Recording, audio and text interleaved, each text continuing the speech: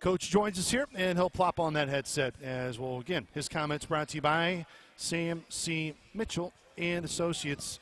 Coach, let's start off, back in the first half. You guys dig yourself that 12-point lead and then ultimately come all the way back and take a lead with about 90 seconds to go in the first half. Just the differences for your group to really clamp down defensively and work yourselves back to get a lead right before halftime. Yeah, we were good enough defensively to win the game. We just weren't good enough offensively. And I thought, particularly that last 10 minutes of the first half, man, our guys were great. They were great. And we told them if you have a second half like that, we'll win.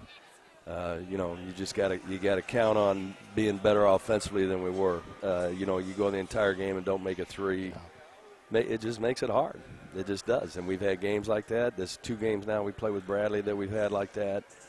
And it just makes it hard to win games. And when you get open shots and you don't make them, it really drains your team. Well, on the other side of it too, Coach, I felt your team, they were good looks. It wasn't like there was times where tonight it felt like where you're like, man, that's a bad shot. Like, felt your team was really good in terms of the shots they wanted throughout the game. Yeah, we did. We got good looks, and you got to expect to make it. Like we talked about it before the game, 33% you want to be able to shoot, which means, if you make 5 of those, it's a completely different game.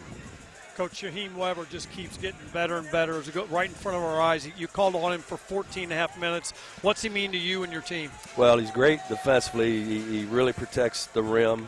He just has got to get more comfortable offensively. I keep saying this about Jaheim, that I think he's going to be one of the best players in the league before he's done. He's a monster. He's athletic. He can really move his feet. He, like we said, protects the rim. And as soon as when he gets more comfortable with his back to the basket, he's going to be a beast. You were really counting on Davion Sykes in this game, and one telling point was at 5.5 minutes. He picked up his 4th foul, and you left him in. Yeah, there's no reason to worry about it there. I'm just going to play him. I'm not worried about that. And if he fouls, and we have Prince coming off the bench, and so I wanted to keep him in there because he was playing well. Coach, I know you'll remember the shot because it was a huge 3 by Huberts there at the right arc. It was an open look. Did you see what happened defensively to allow him to get that open look there late? Yeah, I'm not even sure which one we're talking about. So, no, I didn't. I wasn't able to see it. Okay.